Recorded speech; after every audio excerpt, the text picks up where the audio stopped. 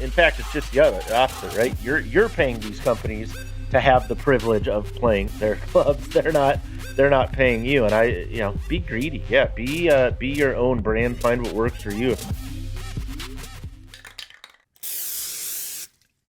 All right, everybody, welcome back. How you living? No putts given. Tony and Chris. This week we're getting into a little prognostication. Tony, what might the majors look like next year, and what would actually happen if you had to play a full bag of clubs from one company? Could you do it, and what would that look like? So we're going to dive in to some of that stuff. But did you enjoy the Open, Tony? The British Open? No, because Rory didn't win, and so that kind of ruined the entire experience for me. How do you think he feels? I know, right? I mean, I guess it could be worse. No, I mean, it's crazy, right? Cam Smith, who, I mean, just 6 months ago, I was kind of quietly referring to as Harbor Freight Ricky Fowler. That's the best. It kind of wins a major, and now arguably Ricky Fowler is Harbor Freight Ricky Fowler, and up is down. I don't know what's going on in the golf world. Yeah, I mean, I really, kind of had it on in the background Thursday and Friday. Saturday I didn't watch much, and then Sunday I played just an absolutely miserable, deplorable round of golf, and came home, and I'm like, well, at least I'll watch this and maybe pick up something through osmosis or something. Look at that tempo. So, I want that tempo. Yeah, I caught a little bit of it, but yeah. Well, it got me thinking. It's St. Andrews. The Open is great. Yeah. I mean, what are you gonna do? No, it got me thinking a little. Even if Rory doesn't. The whole golf world is topsy turvy, right? It's upside down. Cats. It's chaotic. Now. It's raining up. Dogs are marrying cats. Things like that, and so it got me thinking a little bit. Like, what better time to prognosticate and try to predict what's going to happen than when nobody has any idea what the hell's going to happen? And so if we look at the majors next year, let's just predict, come up with a couple of things that we think may be true. Maybe one thing that's, like kind of a reach, but fairly reasonable. And then something that seems perhaps outlandish, but then again, you have to remember a year ago, where we're at probably right now today seems fairly outlandish, right? So you look at the Masters, same course, same location, same venue. What do you think, Tony? What's a reasonable prediction? And then maybe one that's a little bit of like could happen, but probably not. Yeah, I'd love to see Rory. I think at this point, most of us who pay attention to golf at all just would be very satisfied if Rory won absolutely everything for the next 3 years. That would be maybe before we started to get bored with it. Of course, you do wonder, hey, where's Tiger going to be? Is he back? Does he play the Masters next year? In the spring, but I mean, I think he plays probably, but I mean, there hasn't been a lot of reason to be optimistic that we're looking at, maybe the beginnings of a great comeback. But who knows, right? But I'm not optimistic. So if pinned down, pick a guy right now. I still like Xander Schauffele. Just because, he came really close a couple years ago.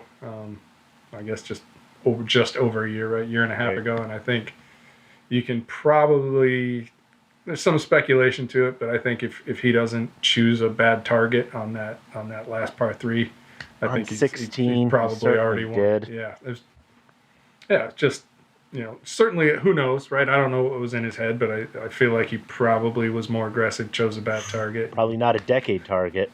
I can guarantee you probably. No. And so, yeah, I think he could do it for sure.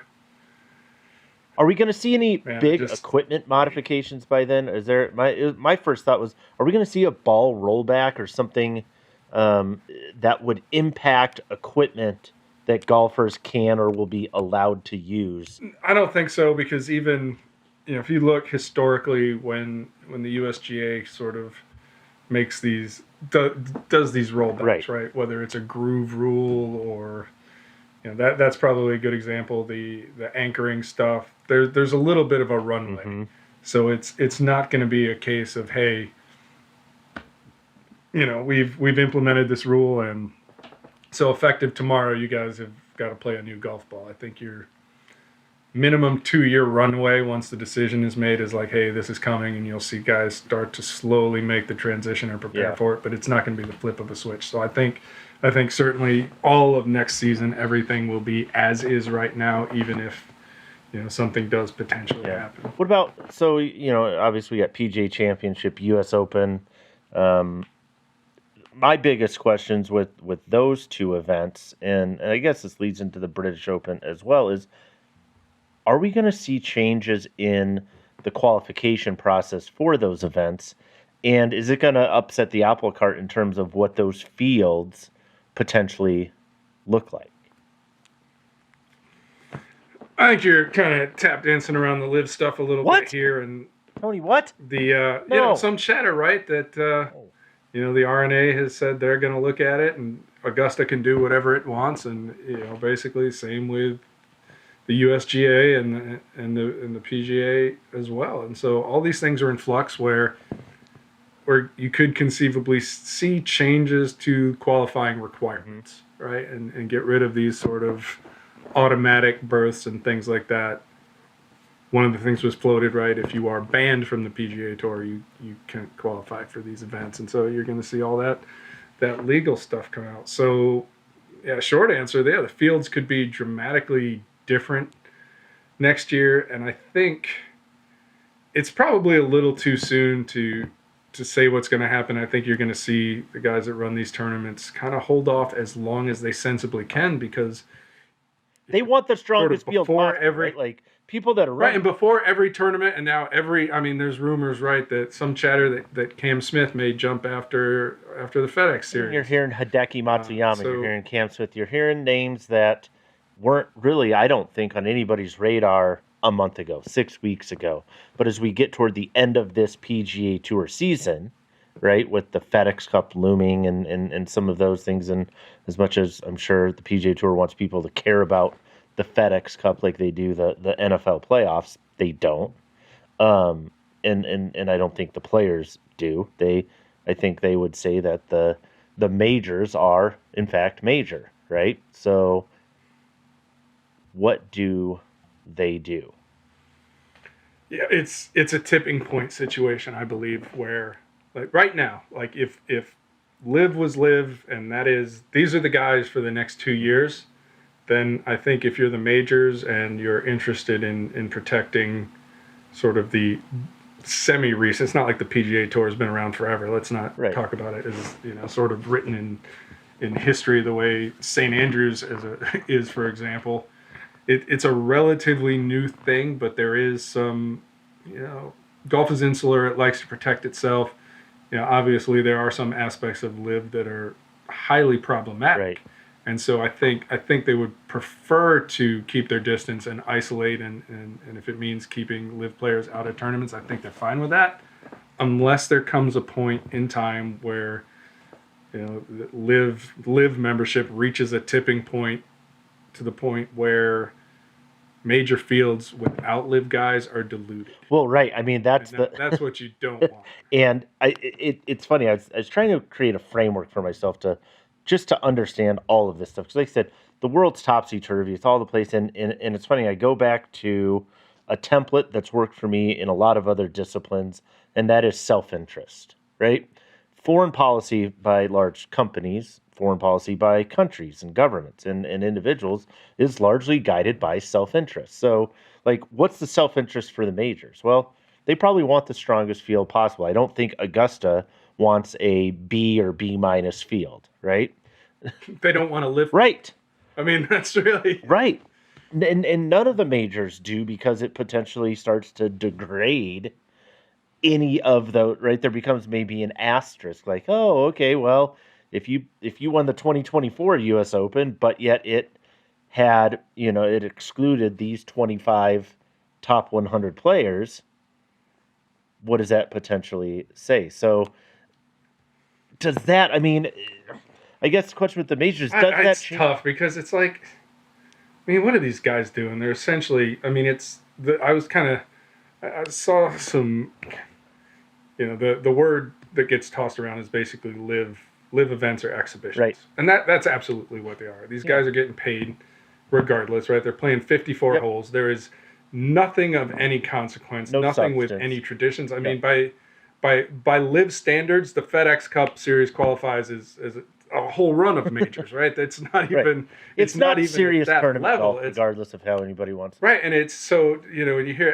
exhibitions, I kind of like, oh my god, it's basically, call it golfscapades, right? Like, so it would almost be fitting if Cam Smith made the jump, like, hey, he won a major, that's its Olympic medal. Now I'm going to go on a touring, I'm going to go skate on ice at your local arena, and just put on a meaningless show. So does that impact the majors? Because let's be honest, we know that golf is a niche sport. You've often used the analogy that's super correct, that even Sunday at the Masters gets basically the rating of a decent midseason NFL football game on the Cowboys game in the middle of the season that gets network coverage or whatever. So let's not pretend like golf is outranking all these major sports. So PGA Tour events aside, the casual observer watches the majors, if they watch anything. Does this impact what the fields look like in the majors next year? Do you think we see a degradation in the number of players that are able to play? Like I said, I still think it kind of depends on what happens probably through the end of the calendar year, and see like how many defectors there are. And I mean, it's a little strange to me. Like, I get, hey, we all know that the PGA Tour coverage on television can be abysmal. I don't know that a shotgun start fixes any of that, other than it kind of keeps things moving. There's more shots happening at once, and eliminating commercials is certainly going to make it more watchable. But at the end of the day, LIV does nothing to address the fundamental problem with the PGA Tour, which I've said before, right? It's 4 majors, the players, maybe a couple others that generate above average interest, and then it's just filler. And so, and at this point, LIV is 100% filler. So, I mean, it's competing filler and still the majors, and ultimately, in that respect, I don't think it does anything to grow the game or interest in the game. I think. Well, Ryan Barath touched on this a little bit on Twitter a couple of weeks ago, and I saw it, and I agree completely. All this talk about, we all know that talk about growing the game is BS anyway. It's just total crap. It's, I believe, something to say out loud to kind of justify the money grab. But ultimately, since I have sort of even had awareness of golf, if you will, 2 things have grown participation. The first was the Tiger boom. There's just so much excitement around Tiger when he was ramping up to his prime and in his prime, and then COVID. And that is it, right? When you had nothing else to do. And so, like, I think we're kind of at a new peak. You're not going to see participation grow, and in that respect, LIV is unnecessary. It exists, obviously, to sports wash things from the Saudis, and sort of make you forget that they're just a pretty shitty regime over there, and fill the pockets of already rich guys with even more money. No pun intended with Phil. Aid in the bet in the sports. No pun intended with fill your pockets. Fundamentally, it's it does nothing to the game. But something has to happen, right? These things can't coexist forever the way that they are today. Like you said, there's either going to be some more players that shift over or not. Not that long ago, I think it was Rory, that basically said, hey, it's dead on arrival. It's dead in the water. Nobody wants to go. And it was. And it was at that time, right? But DJ, Koepka, and then you just keep adding to the list. Is there a critical mass? There definitely is. And how close are we to that? But I think we may be creeping up on it, and you may have a situation where, man, you don't know, like, is it just a little bit of a tilt where, hey, a handful more relevant guys go, and you set yourself up for a situation where, assuming the bodies look at it and go, hey, you know what, we can't exclude all these guys from our majors, because then our major is pretty minor by comparison. And so you set up with a really interesting kind of the one opportunity to grow excitement potentially is you sort of have PGA Tour versus LIV in a major field. Right. So that is one possible outcome. The other is like you reach a full tilt where everybody slides over because you're looking at it and there's not enough guys left on the PGA Tour to call it a legitimate competition, and there's so much money on the other side. That's I don't know. I think that's one of the possible outcomes. Let's play crazy talk for a minute. No, Like, there is a world in which the PGA Tour ceases to exist in its current form or anything like it. For sure. I mean, that is a reasonably possible outcome. I'm not saying it's going to No. happen, but if you kind of look at it, right, nobody's jumping the other way, right? Like the balance is shifting. right. And particularly if, again, and this is the double-edged sword of the majors, right? They are the 4 most important golf tournaments in any year for any golfer, regardless of what they're looking to achieve, right? And if somebody can look at that and say, hey, I can play or qualify to play in those 4 events, and I can get a lot of money, more money than I could possibly earn in any other realistic pursuit, by playing on a separate tour, and maybe I hone my skills, maybe I don't, or whatever, but it's basically, the golfscapades discussion. Why would anybody play on the PGA Tour? That's tough. Right? I mean, Like, I'm going to do the same thing. I'm going to do it at least one day less a week. Even if you end up playing in the same number of tournaments, you're still doing it one day. I guess you could say you free your afternoons up a little bit on those days because everything's a shotgun. You don't have to worry about the late tee time or the early tee time, and well, just look at the toll and the money that stress so much better takes on people, right? Guys grinding to make cuts to get their card. Yeah, I mean those ice dancers aren't dealing with any real stress. No. It's just, hey, let's go out. No.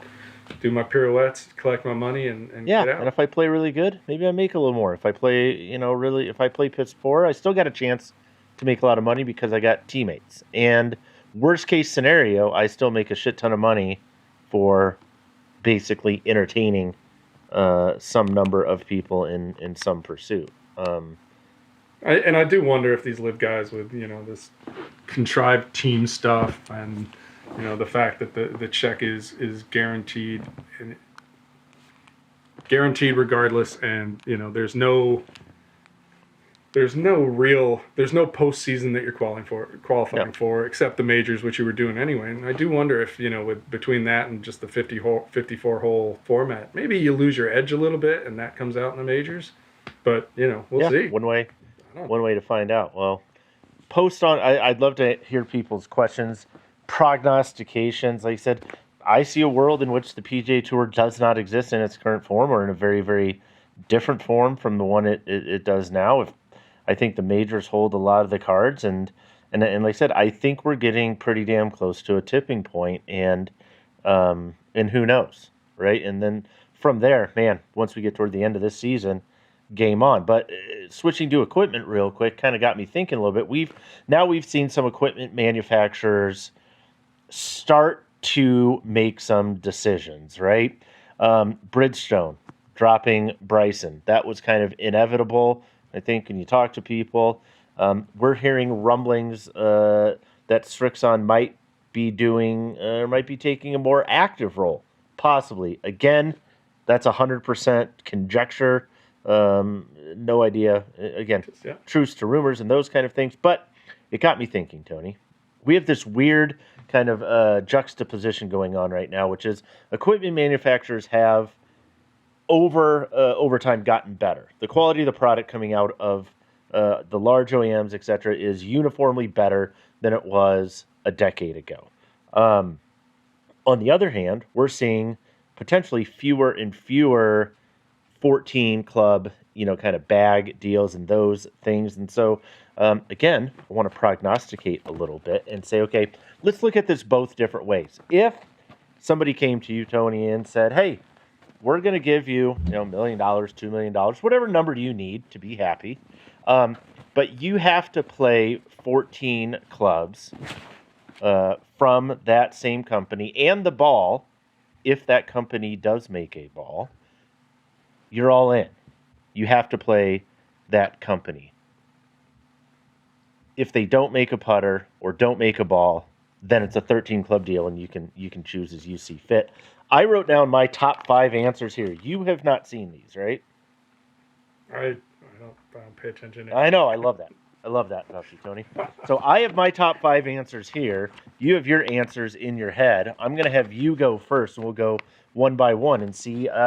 Here we go. So the first company that you would say yes to, $1 million, $2 million, whatever makes Tony happy.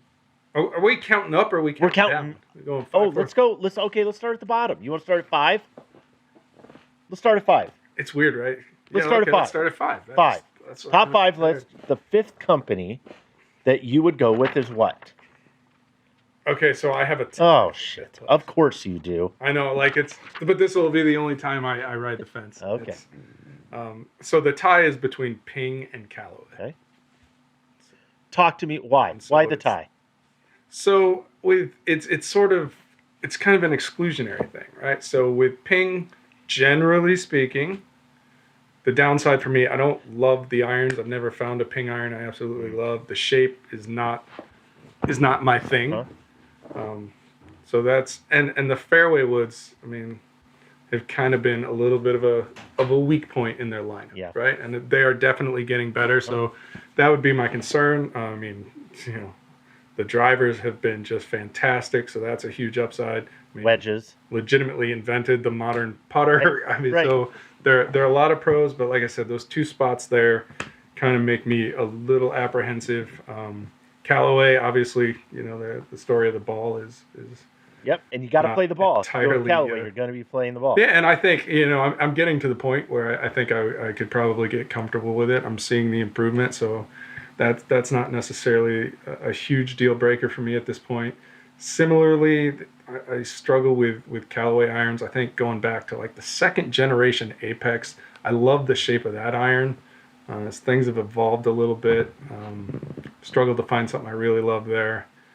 And again, the other thing too, and this is where kind of the rest of my list starts to separate, is that I don't want to say never, but it's been solidly a decade since I've gone through anything even resembling a proper fitting for Callaway gear. Yeah. And so it's a little bit of an unknown for 100%. me as to, all right, like what can this do for me if it's dialed in? And so I'm gonna always kind of lean towards the familiar anyway. And so that's the other thing that's just, apart from kind of the off the rack experience, I don't know what Callaway equipment can do for my game.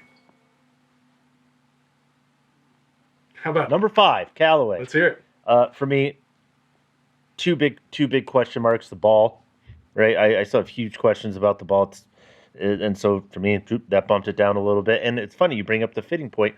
Same thing. I don't have any level of confidence in terms of what I fit into best in a Callaway lineup. I could extrapolate and guess based on other fittings and things, but every company will tell you, right, that there are nuances and differences and in things. And Callaway has an awful lot of product, perhaps more so than any other OEM right now, that is tour only.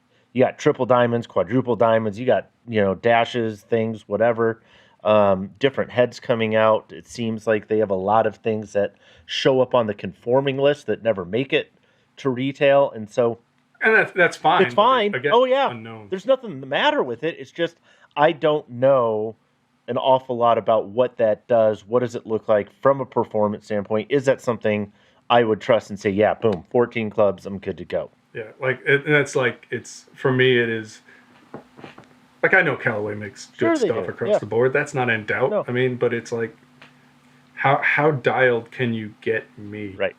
Because this is right. It's I've got about to you. play this stuff. I don't know. All right, number 4. It's number 4, Tony. Was that your 5 and 4? That was your 5 and 4. No, that was 5 A and B. So this is great. 4. Okay, what I'm 4? actually giving you What's 6. 4? 4 is TaylorMade. And again, part of the same thing.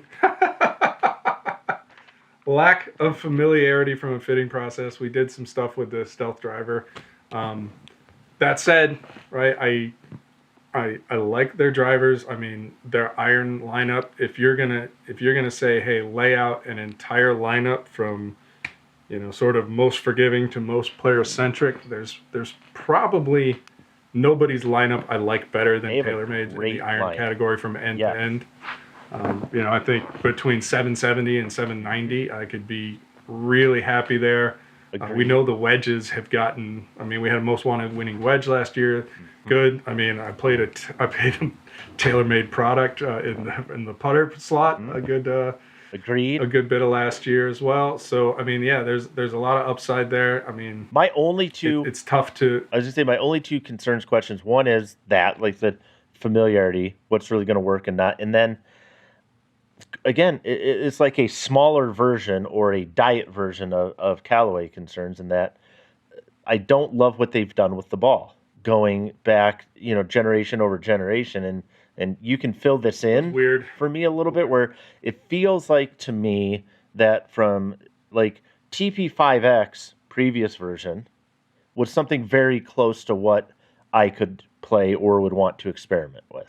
This version has two flaws in it for me. In one, it's spinnier, and two, it has the exact same aerodynamic pattern as the TP5.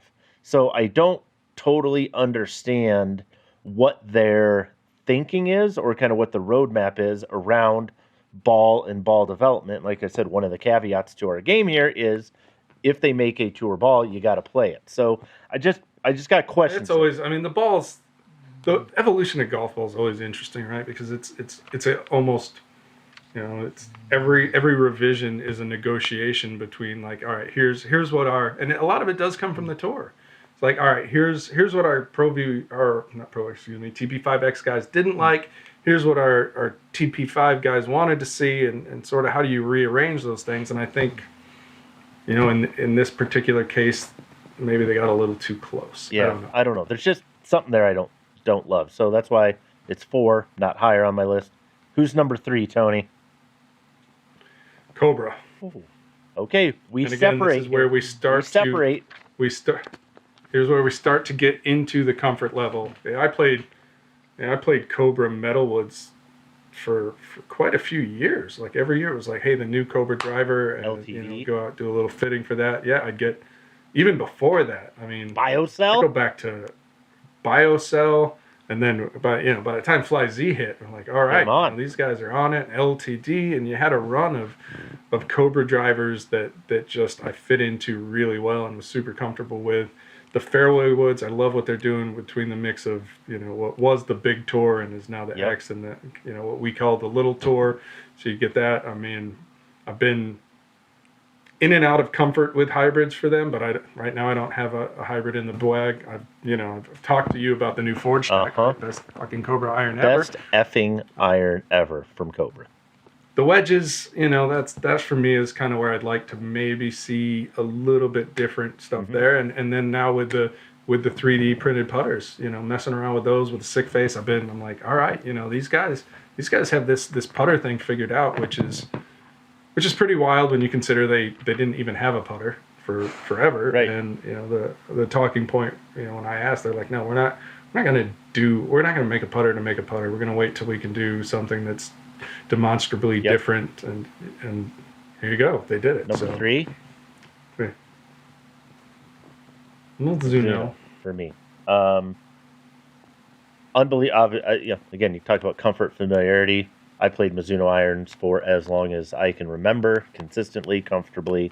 Love them. I think the wedges are underrated to a degree. Again, I'm assuming if they're paying me $1 to $2 million a year, I can get them to do whatever bounce, grind, loft configurations I need. So, okay, check. The biggest improvement that I think we've seen from Mizuno in the last 3, 4, 5 years are the metalwoods, right? Prior to, call it their 180 series, I had a lot of questions, concerns. I think they did as well, if they're honest, right? They didn't put the R&D horsepower emphasis behind the metalwoods. Non-priority for tour staff and the like, and they've switched that, and so now they're on, third, arguably fourth generation of like a really serious and concerted effort to make sure that their metalwoods are in the conversation, right, and the people that are playing their clubs on tour aren't at any kind of a disadvantage, and in fact, they find places to argue where they're at an advantage, right, by playing Mizuno Metalwoods. And so my level of comfort with that progression is why I was able to kind of put them in the middle. And I love the irons, and I just yeah, it's tough. Like, I would be comfortable with Mizuno irons all day, every day.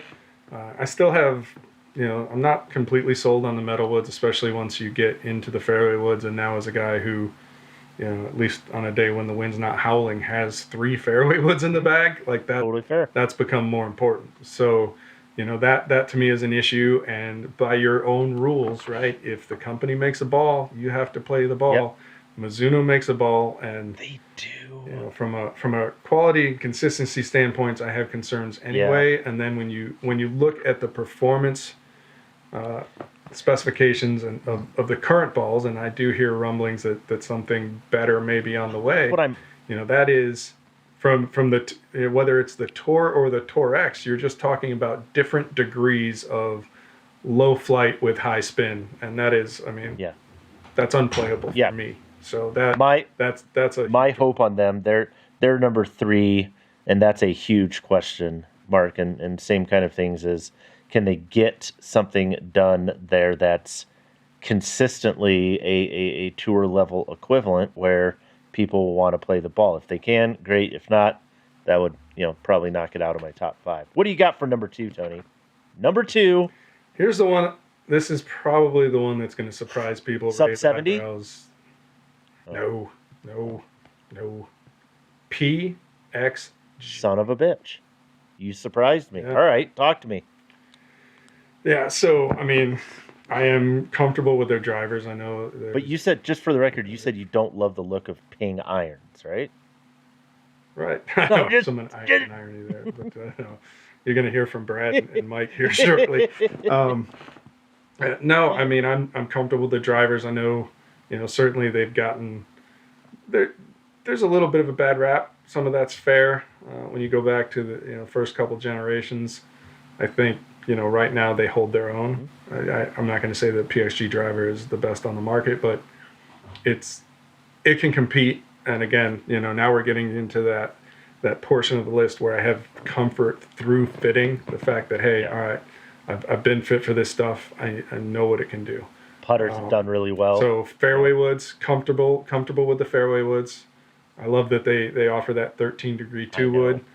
I don't currently have hybrids in the bag, but for my money, I still would say PXG makes the best hybrid in golf. That's for me anyway. That is my personal opinion. If you were with them, would you stick with the 0311T? I'd play exactly what I'm playing right now. Yeah. That's the other thing too. Like, I have the 0311Ts, which was kind of a surprise for me to end up with that, and then to just go out and go, holy, this is as crisp as I've ever hit iron shots.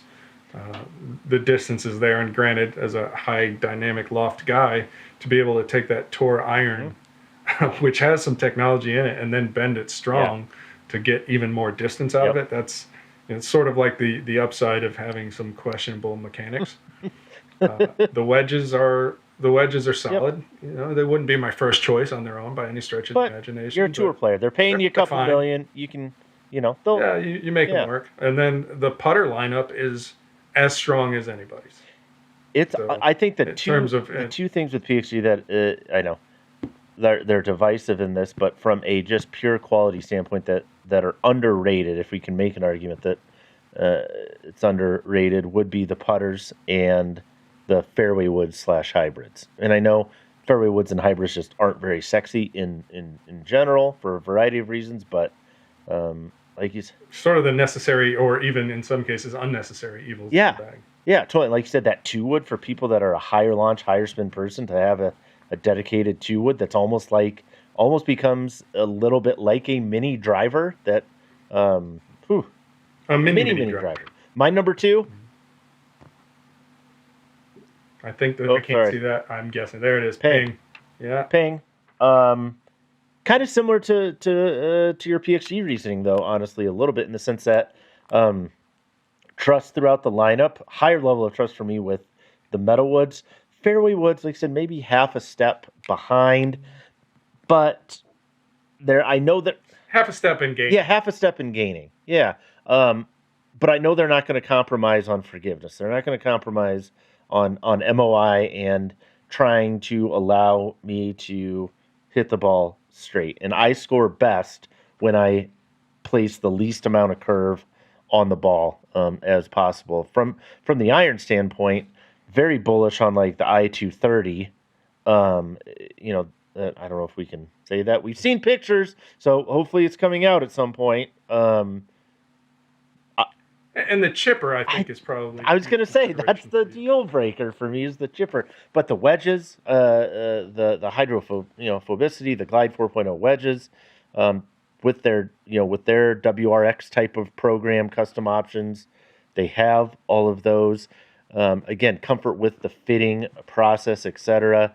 My only slight question mark, like I said, would be perhaps in the fairway wood area. But for me, that's a minimal concern relative to all the other things in the lineup. So that's my number 2. And, we've kind of framed this conversation around the idea, at least for us, like if as part of this deal, right, you're going to get absolutely dialed in from that manufacturer. And again, so our comfort level plays a role. But we've said this before, like if you are relatively new to the game, or you have never gone to the point of going to a fitting and really started to understand what works for you and why, if you are just going to go into a golf shop and pick something off the rack with minimal sort of even demo or a true fitting, I'm gonna say take your chances. Yeah, if you're buying lottery tickets, ping lottery tickets are going to pay out a lot more often than probably a lot of others, right? So they do that sort of, again, middle of the bell curve with a heavy slant towards forgiveness. And I think obviously that makes sense. That's just not necessarily absolutely what I'm looking for. All right, Tony, number 1 time. Yeah, I think it's probably not a huge surprise. Again, massive comfort level at this point. It's going to be Titleist. Metal woods. Yeah, and again, it's, like I said, comfort level as much as anything else where I've played now. Kind of went from Cobra drivers to Titleist drivers once, so like, eye-opening with TSI, or excuse me, just the TS.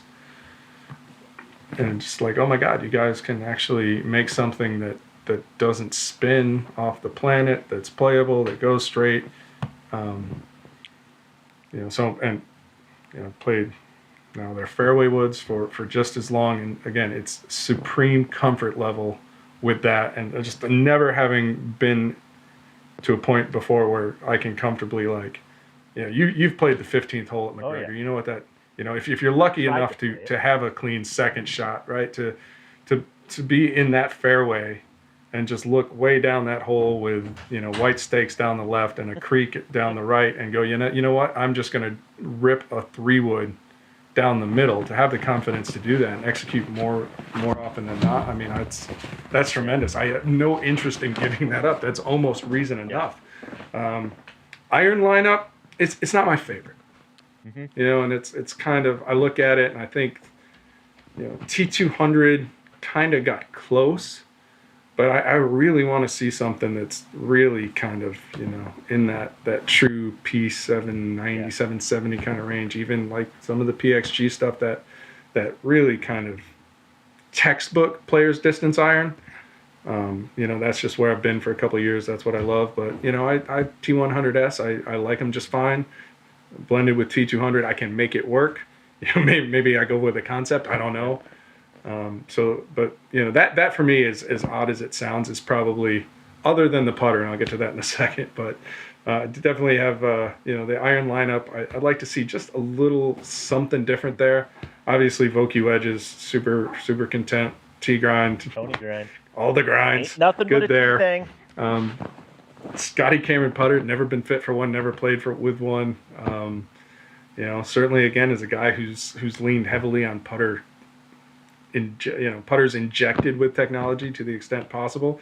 It's weird to say that the Cameron putter is a little bit of a concern, but that's how it is for me. And I know, hey, not everybody's going to agree, and that's fine. And then obviously supreme confidence in the golf ball. So, and left dash for me is kind of a unique offering in the market. And likewise, though not really in the market, left dot kind of again, we're kind of at almost opposite ends of that particular niche. I mean, both lower spin, but high launch or high flight versus kind of lower flight. Yeah, well, yeah, and I agree with nearly everything you said. That except I love I really do like the T100 series of irons. I think for the person who is looking for that blend of something that does look like a very traditional iron, but has just a little bit more forgiveness in it, like something, like I would go back and say I've really resonated with kind of that player's cavity back.